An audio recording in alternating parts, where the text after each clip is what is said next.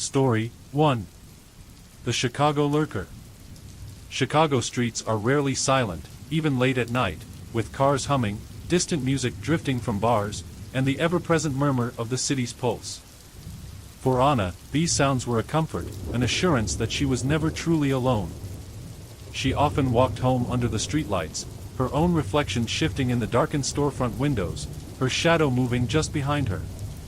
But one night, something changed.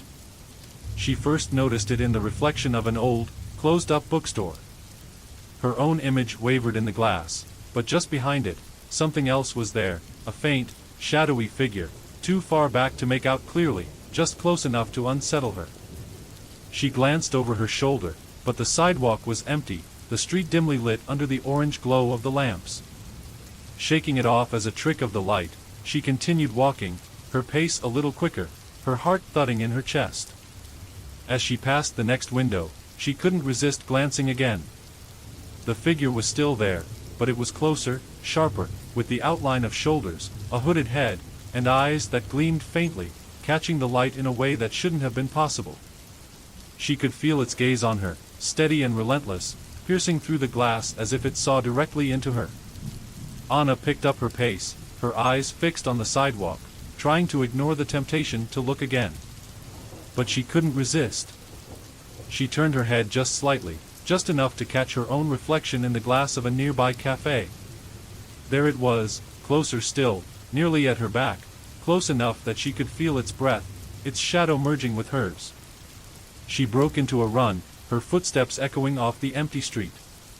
The windows flashed by her, each one showing the figure edging closer, its hood pulled low over a face she couldn't quite see, only the gleaming eyes, following her with an intensity that made her skin crawl.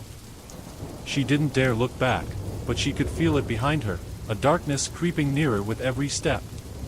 Ahead, she spotted an apartment building with its door propped open by a stray piece of cardboard, a temporary refuge.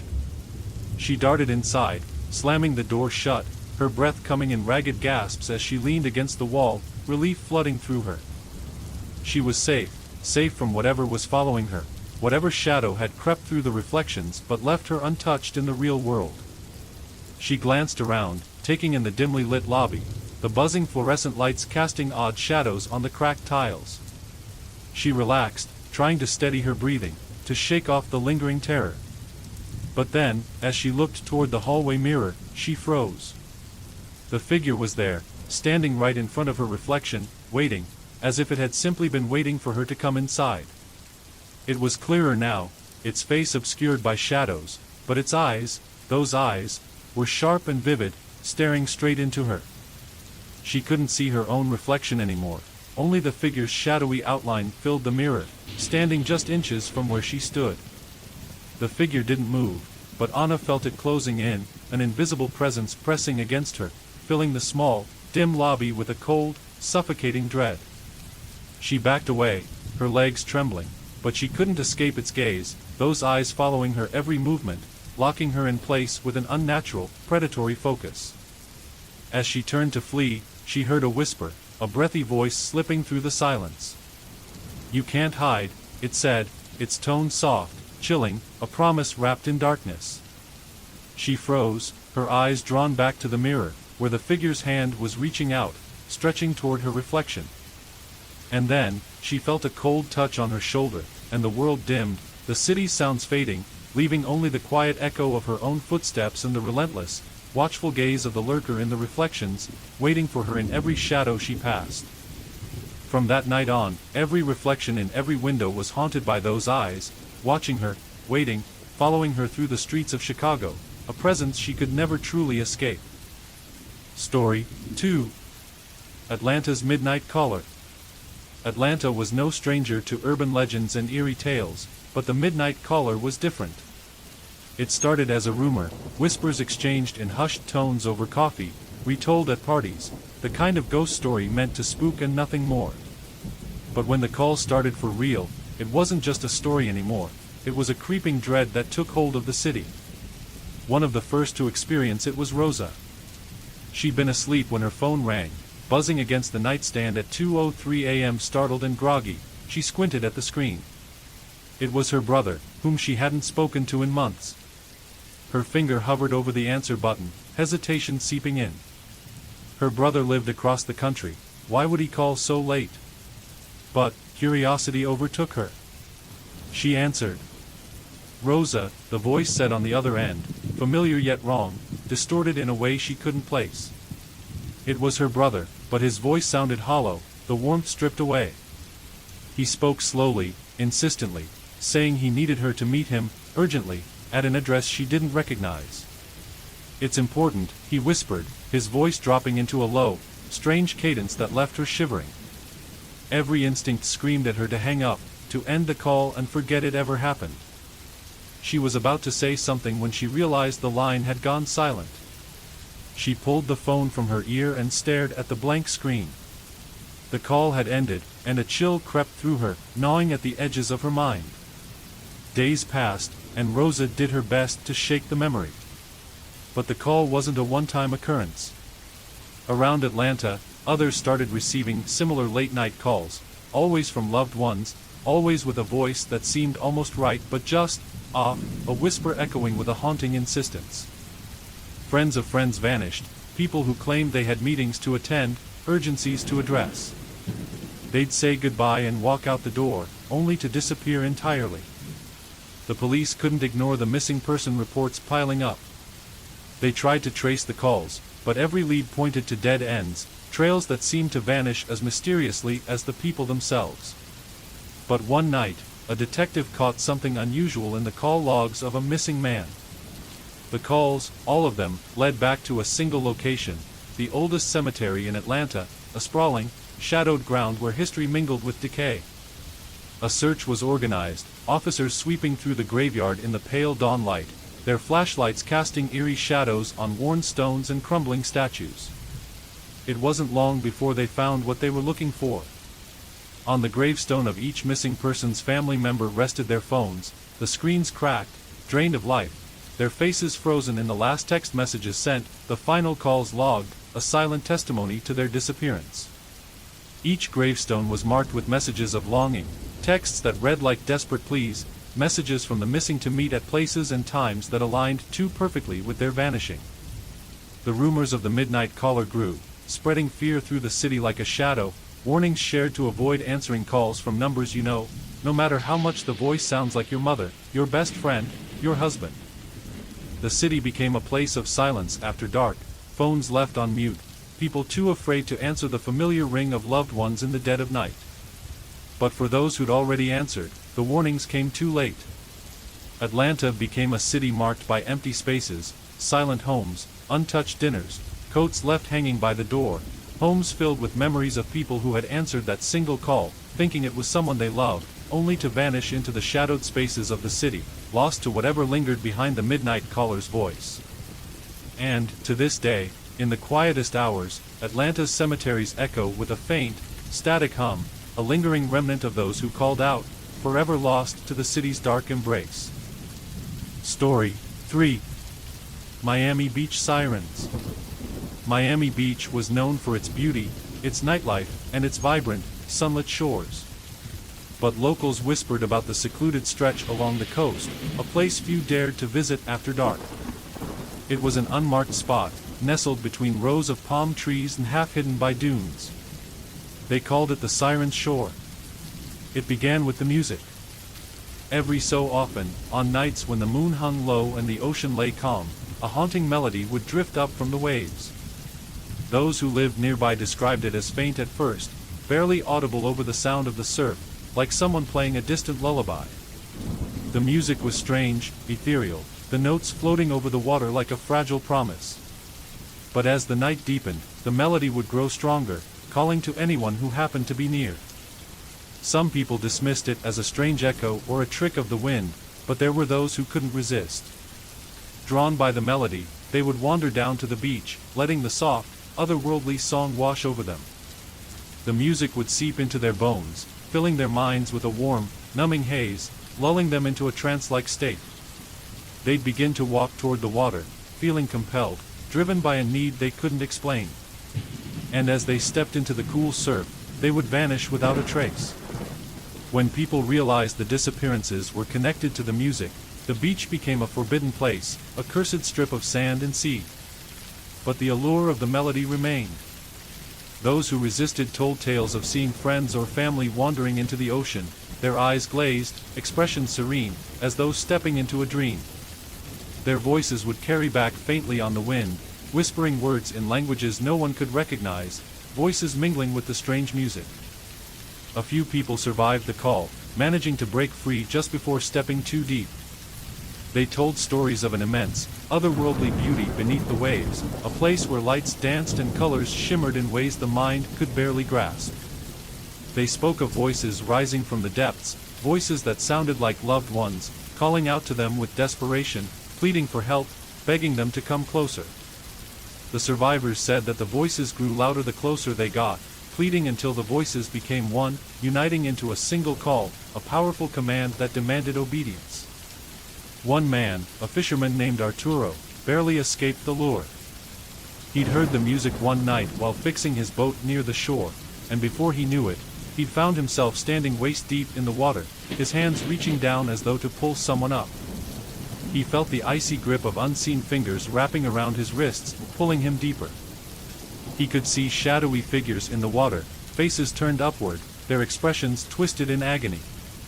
And then, just as he felt himself slipping, he managed to wrench himself free, stumbling back to shore, the haunting voices trailing after him, whispering his name until he reached the safety of the sand.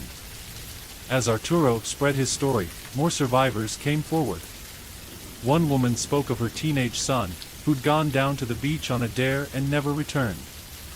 Another man claimed to have heard the voices while out on a midnight swim, feeling invisible hands tugging at his ankles, trying to drag him below. Their tales became warnings, passed down in hushed voices, a reminder to avoid the siren's shore, to stay away from the ocean's song. Yet, as much as people feared the beach, there were always those who couldn't resist its call. Some went willingly, curious to test the legends, convinced they could resist. Others found themselves wandering down in a trance, feeling as if they were pulled by strings, powerless to stop. All of them vanished, leaving only their footprints in the sand, washed away by the incoming tide.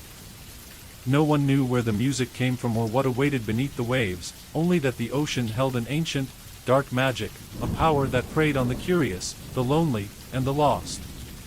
And even today, when the moon rises high and the waves are still, you can sometimes hear it, a faint, hypnotic melody, drifting over the water like a siren's song, calling out to anyone who dares to listen, promising something beautiful, something dark, just beneath the surface. Story 4. Alex adjusted his rearview mirror, the familiar hum of the bus engine thrumming through the empty cabin as he guided Route 49 through Seattle's mist-shrouded streets. Nights like these were typical for him, weaving through a maze of dimly lit roads, each turn melting into shadowed alleys and glistening sidewalks. He had been a night bus driver for almost a decade, a career spent watching the city come alive in its own eerie way after the sun dipped below the horizon. Most people only knew the bustling, colorful Seattle of the daytime, but Alex knew the city's other side, the one cloaked in silence and fog. Tonight, the fog was thick. Seattle's fog could transform even the most mundane streets, making familiar places look warped and unfamiliar. It rolled in heavy from the waterfront, swallowing whole city blocks and casting halos around streetlights, obscuring the looming outlines of buildings and turning distant objects into looming, half-seen shapes. The streets were emptier than usual, save for the occasional shadow passing by, a straggler leaving a bar, a lone dog walker, all blending into the murk. Alex liked the quiet nights, but the fog made things strange. It was the kind of night where sound traveled differently, where footsteps echoed louder, and the city seemed to hold its breath. Route 49 was Alex's usual route, taking him along Seattle's grittier, hidden edges, right down to the docks and harbors. The waterfront had a charm of its own during the day, but at night, it became something darker, the water stretching out black and cold under the moon's thin light. Even the seagulls went quiet, and the gentle lapping of the waves felt more like a whisper. The bus would travel down steep hills, gliding along the fringes of Capitol Hill before heading south to the waterfront, where it skirted the edge of the city's lesser-known haunts. In the hazy fog, the docks looked like skeletons, jutting out into the water, silent and haunted. Alex had grown accustomed to the strange mix of passengers that trickled on and off his bus each night. He'd seen everything over the years: musicians hauling guitars at all hours, couples murmuring to each other in low voices, street kids bundled up against the cold, elderly men who tipped their hats at him before finding a seat by the window. He had his regulars, too: the night shift worker who fell asleep 5 minutes into every ride, the young woman who always carried a stack of art supplies, the man with the ever-present newspaper that he seemed to read with unnatural intensity. But there were other types, too, the kind that only came out in the dead of night, when even Seattle's usual city hum went quiet. He couldn't explain it, but sometimes, certain passengers would make him feel uneasy, a chill that went beyond the typical Seattle damp. It was in the way they avoided his gaze or kept their hands deep in their pockets, shoulders hunched, their eyes distant as if they were seeing things that weren't there. Strange things happened at night, but Alex chalked it up to fatigue, telling himself that anyone would start seeing things when they worked these hours long enough. But recently, something had shifted. Alex had noticed things he couldn't explain, things that made his skin prickle even in the warmth of the driver's seat. It started a few weeks back when he noticed a damp patch on the floor after all the passengers had gotten off. He'd thought it was from the rain, but when he looked closer, he saw it wasn't just wet, it was like someone had stood there, dripping seawater. Another time, he thought he caught a glimpse of a figure outside the bus as he rounded a bend near the docks, only to find the streets completely deserted when he turned to look. At first, he brushed it off as imagination, a tired mind playing tricks after too many years of night shifts. But the unsettling occurrences grew. Sometimes he'd catch a faint whiff of salt water in the closed-off bus cabin, like the scent of the ocean brought in on an invisible tide. Other times, he'd hear something, a faint, dragging sound, like footsteps or the slow, rhythmic dripping of water, just as he reached the empty, dimly lit stops along the waterfront. Each time, the feeling of being watched crept over him, as though he weren't alone, as though the shadows themselves were occupied. Despite it all, Alex continued his route. He'd seen enough in his years on the job to dismiss most of it as the quirks of a city at night. But deep down, he knew this was different. Something had shifted along Route 49, a change that defied logic, as though the city itself were hiding secrets just out of reach. As he turned the bus onto the waterfront road, the fog closed in even tighter, pressing against the windows, muffling the sounds outside. Alex gripped the wheel a little tighter, a subtle chill creeping up his spine, one he couldn't shake as he peered down the lonely, mist-shrouded road ahead. Story 5. The night had taken on a deeper quiet as Alex made his way along the waterfront. The bus rumbled through the mist, its headlights cutting through the gray fog like twin searchlights. The stops along the route were sparse this late, and tonight, there were fewer passengers than usual. A pair of people had boarded in the last stretch, an older man reading a crumpled newspaper, and a young woman with heavy bags, her head leaning against the window. Alex glanced in his rearview mirror at the calm sea that bordered the street, its dark surface reflecting the dim glow from the streetlights above. When he pulled up to a stop near the docks, a figure appeared on the curb, just beyond the pool of light. The man stood motionless, gazing out toward the water. His clothes were soaked, clinging to his frame, as though he had just emerged from the sea itself. Alex could make out the ragged edges of a coat, the long sleeves draped loosely over his arms, but his most striking feature was his face. It was pale, almost sickly, with eyes that stared blankly out into the mist. His hair hung wet and matted, as if the rain had no end, leaving a trail of dampness in the air. Alex hesitated for a moment. It wasn't unusual for passengers to be out of sorts on rainy nights, especially those coming from the waterfront or nearby bars. But something about this man felt different, like he didn't belong in the ordinary flow of the city. The doors hissed open, and the man stepped aboard without a word, his boots slapping the wet pavement. He didn't acknowledge Alex's polite nod or even glance at the few other passengers on the bus. He shuffled past them, the sound of his damp steps muffled against the worn vinyl floor. His eyes remained fixed, staring out the window as the bus pulled away from the curb, his attention seemingly elsewhere, pulled toward the dark water beyond the streetlights. Alex glanced over his shoulder, catching the strange dampness of the man's coat and boots. His clothing wasn't just wet from the rain, it was as though the man had been submerged, the fabric dark and heavy with salt water. The water trailed down the aisle, leaving small damp spots that pooled around his feet. A soft creaking sound echoed from the back of the bus. The older man with the crumpled newspaper glanced up for a moment, then quickly returned to his reading, clearly uninterested in the newcomer. The young woman, her eyes closed, remained still by the window. Alex kept his focus on the road, though his mind wandered to the man at the back. Something about him unsettled Alex, but he couldn't put his finger on it. They reached the next stop near a long stretch of empty warehouses. The man didn't move, his gaze still locked outside, as though waiting for something, or someone, who never arrived. Alex flicked the turn signal, slowing the bus and preparing for the next stop, but the man didn't stir. His damp coat creaked faintly as he shifted in his seat, but that was the only sign of life he gave. Alex found his fingers tightening on the steering wheel, a strange, uneasy feeling settling in his gut. He quickly glanced in the rearview mirror again, but there was nothing there, just the gray mist swirling in the distance. A faint odor of seawater lingered in the air, a smell so strong it almost overpowered the usual scent of rain-soaked streets and bus exhaust. It was as if the man himself carried the ocean with him, the salt water clinging to his clothes and skin, filling the bus with the same briny scent of the docks. The bus continued on, but the air grew thicker with each passing stop. Alex couldn't shake the sensation that he wasn't alone, that the stranger's presence was like a shadow, creeping into the corners of the bus. Every now and then, he'd catch the man's reflection in the glass, his face appearing in the windows as if he were not sitting in the seat, but standing just outside it. But when Alex turned to look, the man was always still, motionless, staring straight ahead.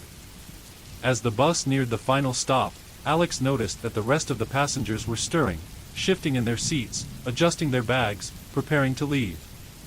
The man, however, remained still, his attention never wavering from the water outside. Alex had nearly reached the final turn, the streetlights casting long shadows over the road, when he felt a sudden shift in the atmosphere, as if the bus had dropped a few degrees in temperature. He glanced in the rearview mirror again, and his heart skipped a beat. The man was gone. There was no subtle shift in position, no movement that would have indicated the man had gotten up and left.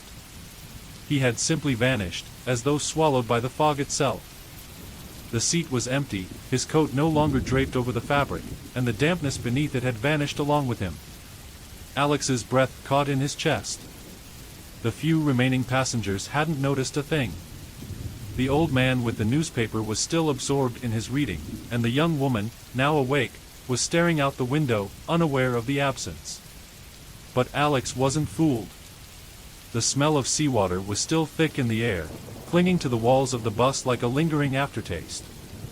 And when he looked down at the aisle, the faint outline of wet footprints trailed toward the back of the bus, disappearing into the darkness. The hairs on the back of his neck prickled. He had known something was wrong, but seeing those footprints, the damp, salty residue left behind, made it impossible to ignore any longer.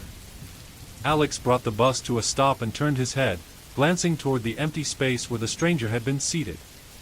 The last stop was just ahead, but the strange figure was no longer there. And yet, the salt water still lingered, filling his lungs with every breath. As the bus doors opened, the fog rolled in even heavier, cloaking the world outside in an eerie, silent hush. Alex's mind raced as he pulled away, the final stop ahead. The man had vanished, leaving nothing behind but the scent of the sea and those wet footprints that would never disappear. If you like this scary horror video, subscribe my YouTube channel for more new interesting scary video. Thank you.